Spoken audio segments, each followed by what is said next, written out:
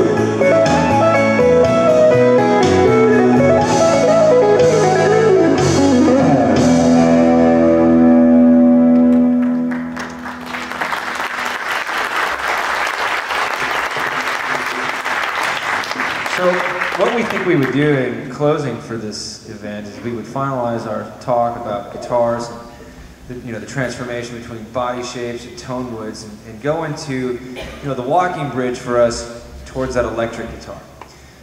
And the T5 for us has become something that has been trend-setting. We used to pitch it as an idea that it's a hybrid instrument. This really isn't golf. There's nothing that's more organic than an acoustic guitar. And the T5, which stands for the thin line body and the 5-way selector that's on the shoulder, is completely hollow. So it's a writer's guitar when you don't have the opportunity to plug it in. It has created such a groundswell for hollow body thin line instruments. But for us, it's a completely analog scenario. It's completely organic. There's no modeling. There's no software that's involved. It's the combination of some of the electronics that make our acoustic guitars go, and traditional humbuckers that you visually see on the top of the guitar. And as we start to ping back and forth in combinations with these, you're open to such a vast array of sonic potential, I'd say. So I want Marc to kind of take us down the line of what the T5 is capable of. And it's still to this day, after 5 years of Roadshow and 200 shows a year, is probably the most inspiring and misunderstood instrument that we have ever created. Yet it has grown to a stardom where it's good for little Johnny playing his first guitar, to the worship leader, to the rock star, to the traveling musician with multiple instruments. All yours, Marc. So as far as Taylor goes, T5 is by far the most versatile instrument they make. And the reason is it's great for somebody that's going to do a top 40 gig, where you don't want to haul out your 335, your Les Paul, your Tele, your Strat, and an acoustic, obviously a Taylor. You don't want to take 5 guitars to a gig, you want to show up and play 1 guitar. Okay? When you play the same guitar all night, you tend to play better. I used to do a top 40 gig years ago, and I did notice that the transition from, say, a Les Paul with a shorter scale neck to a Strat, or going to an acoustic guitar, each time I play a song, I take a good 30 seconds, minute and a half, to have to acclimate to that new instrument. I never played as well, and typically one guitar always sounded better than the others. T5 will pretty much cover everything. If you look at full acoustic over here, full electric over here, cruise out 80–90% both directions, and that's what this guitar is capable of, starting with acoustic all the way to rock, blues, funk, jazz. You're probably not going to do a Metallica cover band or a Pantera, metal band with this guitar, but short of that, it covers a lot of ground. So what I'm going to do is I'm going to walk you through the pickups real briefly. It's got some components of the ES system. Okay, we have a pickup under the neck that you can't see. Have a body sensor under here, and then we have a full humbucker on the bridge here. And then we've got 3 knobs. The knobs are volume, bass, and treble. And what's cool, I'll just touch on this briefly, is that it's an active electronic system, meaning there's a 9-volt battery in the back. And that powered active electronics gives us the ability to add to or subtract from each one of those parameters. So we're going to start in the most acoustic mode of the guitar. I'm plugged just directly into the PA right now. I've got an AV box, so I've split the signal off to the PA. This is the neck pickup and that body sensor. This is our most acoustic sound.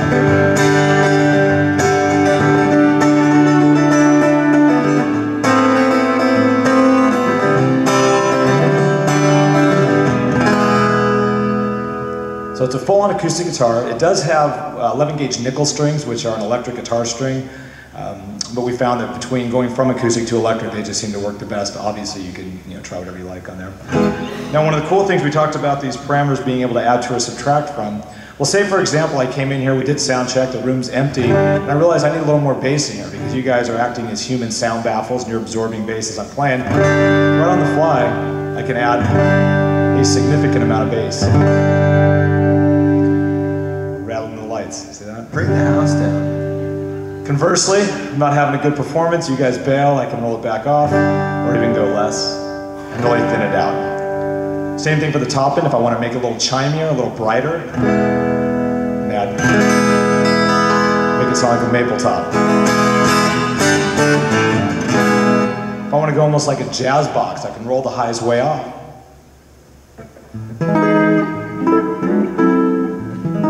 It's like an acoustic jazz guitar.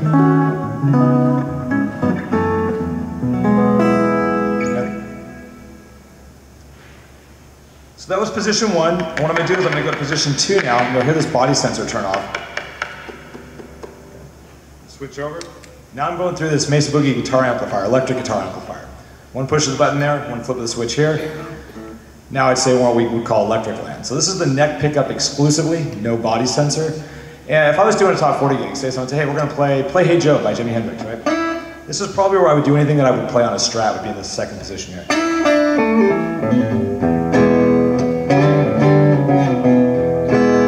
Now if I want to again use those controls, I can make it a little bit brighter. So I want to chime it out a little bit when we're bottom in.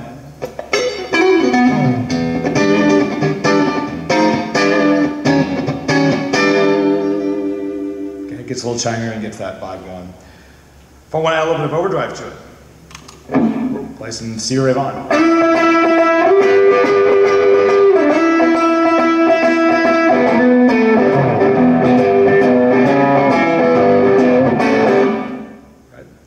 Chime that out, make it a little brighter. So you have those controls at any given setting on here to kind of add to or subtract and just quote unquote tailor your sound, for the given event. I'm gonna go to position 3. Position 3 now is the bridge pickup exclusively. All my knobs are back to the flat position. And I found that if I was gonna play, Guns N' Roses Don't Cry, or some arpeggiated intro, where I would play it, say, on a Les Paul in the bridge position, right? The humbucker on the bridge. I want that mid-range punch. That's where I'm gonna find it on T5.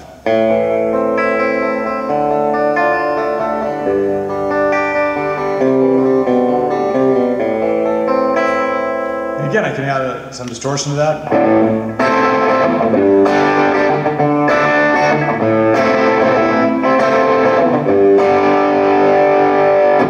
It's almost a lot of gain right there. It's almost to the point of being metal. We talked about not playing Metallica riffs.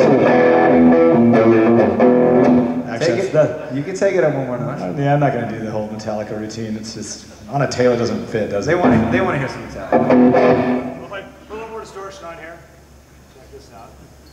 Get a little bit of the harmonic stuff.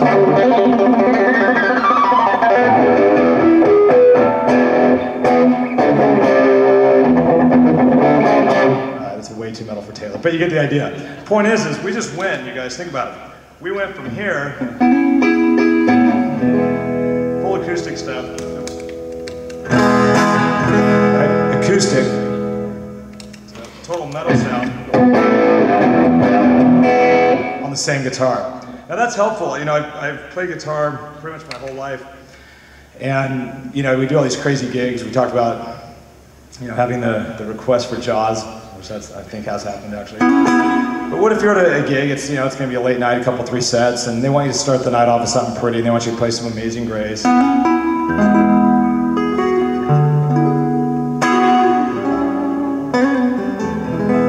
Next up, they're like, hey man, can you play Aqualung?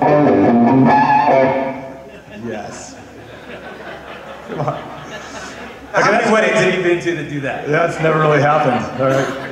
But I'm going to make it happen at the next one.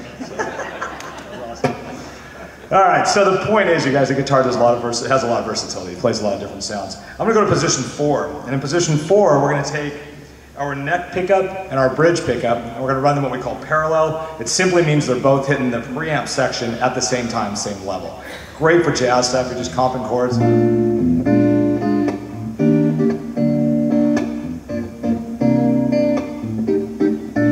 If I want to make that a little more jazz box, I can roll those highs way off. I'm going to bump the lows a little bit, and I'm even going to bump the volume a little bit so you have a little more gain to the front end of the amp.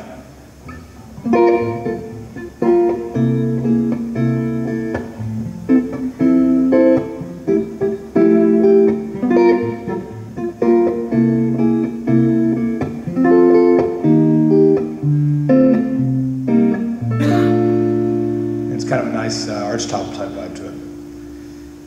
Last position, we're going to talk about position 5. Position 5 is the same 2 pickups that we just used, the neck and the bridge, only now we're running in what we call series. That just simply means one pickup is wired through the other one. So sonically, I'll just play them back to back. What you're going to hear is, I'll kind of lead the witness here, there's a little bit of a scoop in position 4 in the mid-range, and when I go to position 5, it just flattens that out. So if you hear a chord, you go here, it's going to be a little bit brighter, a touch more gain. And what I found is that, you guys may have noticed I do a lot of melody work or octaves or solo stuff when I'm doing my instrumental music.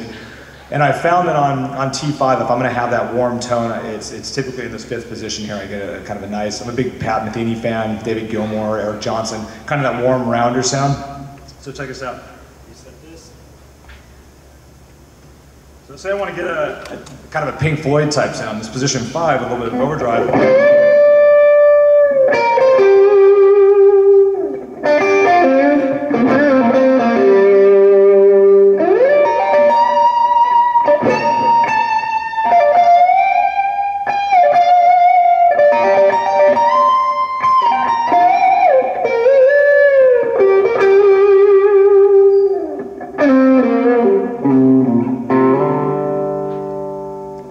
that really warm kind of round distorted tone. Great for solos, great for any kind of classic rock lead stuff, or even clean, no distortion. Octave stuff, so really nice. You gonna interject something? Might as well. They pay me to cut you off. No problem. So T5s come in such a slew of variety of colors, but there's also, they're also playing part of the Tonewood demo that we did earlier. So Mark is holding the Koa version of the T5, which has been the most popular since day one. It's sold 10 to 1 over any other T5 we've ever made. We make it with a spruce top. What spruce is obviously in a natural finish. It's great for singer-songwriters, clean chordal players, not a lot of distortion. We make them with exotic tops like cocobolo, walnut, redwood. We also make them in maple. Those are a little bit more for the all-purpose player, somebody who's geared with the opportunity for gain, distortion effects, or somebody who just wants a little bit more flair and a little bit more color to their guitar. Right. Something else that's cool about T5 that you can do that you can't do with most guitars, and that is the ability to combine the acoustic with the electric sound. And what we'll do for today, if you guys are at the soundboard, I don't know if you guys are on there right now, but if you can pan the electric guitar to one side and the acoustic to the other so they can kind of hear the separation, that'd be awesome. And what I'm going to do is, I'm going to have the acoustic sound where it's just that dry, percussive sound. And think about it like this. If you walked up to a piano and you just hit the piano keys and you let off, you hear a loud noise and immediate decay. There's nothing there, right? What a lot of pianists will do is they'll typically trigger or have a way to hit the keys and trigger strings or what's known as pads. They'll have reverb on it. Perhaps they'll hold the sustain pedal down to let the notes continue to ring. And that kind of takes the harsh abruptness out of just striking the keys. Well, similar with T5, you want that attack, you want that percussive sound of the acoustic guitar. If I do that, right? And what I'll do is, I'm going to add to it some electric guitar. So when I switch over to the electric side here, I'm going to put some time-based effects on there. Time-based effects are delay, reverb. I'm going to put a little bit of modulation, which is chorus. So here you hear the chorus come in and sound watery. Some reverb. It's going to ring for a while, some delay. Okay. So when I take that wet sound, is that on one side of the way? Is that being panned right now? No? Okay, if you can pan the electric guitar, either side and throw the acoustic on the other one. Here's the acoustic. Here's the electric. There we go. And like a Reese's peanut butter cup, it's like two great things that go great together. That's what you're gonna get right here.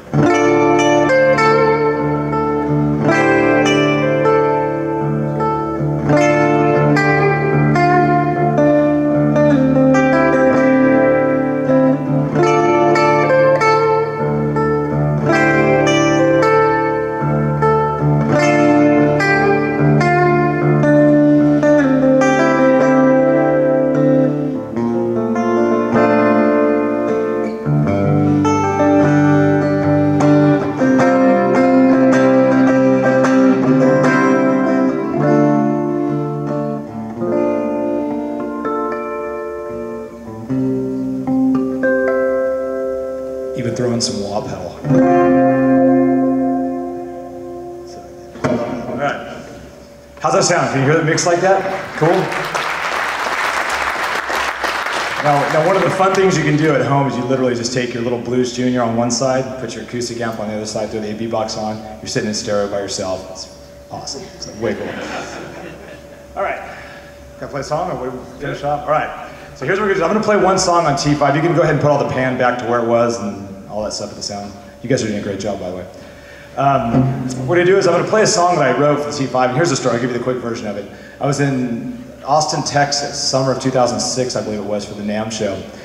And I had my T5 for a while. And the last 4 or 5 albums I've done have all been instrumental guitar albums, where you go and you track 10 songs. You take 5 or 10 guitars in the studio with you and write a bunch of tunes. Well, I got a T5 and I'm down at Austin, I see Bob Taylor, I'm like, I just want to give Bob a compliment for making such an incredible guitar that really does what it's supposed to do. And so I went up to him, I said, hey Bob, T5 is so amazing. I said, if I had to do an entire record, an instrumental guitar record on one guitar, I could do it on T5. It was meant as a compliment. He said, why don't you do that? And so I'm like, well, what do you mean? Basically, I said, let's talk to marketing, figure out a reason to justify doing it. And they said, okay, Winter NAMM's right around the corner. Why don't you just go make a song, go make a 10-song CD, and on those 10 songs, we're going to take 90-second clips from it, and we'll put it out as a demo at the Winter NAMM show, so people can hear what T5 can do. He said, throughout the 10 songs, I want you to put flanger, phaser, octaver, distortion, wah pedal, reverb, delay. Put everything on it, not in one song, of course, but across a 10-song disc, and really showcase what T5 is capable of. And having been in the industry a long time, I figured that if somebody's cool enough to pay for me to do an instrumental guitar record, which is incredibly self-indulgent, I figured I'd write a song for Bob Taylor. So I wrote a song called the T5 Jam. Now it's kind of tongue-in-cheek, it's kind of silly, but it's going to start off with acoustic, and it's going to go into some distortion, some octave, some wah pedal, some delay, some verb, and then back to acoustic. So we'll kind of go full circle with it. And it really showcases what T5 is capable of in a live setting, kind of going back and forth. Okay? And you'll get to see me tap dance.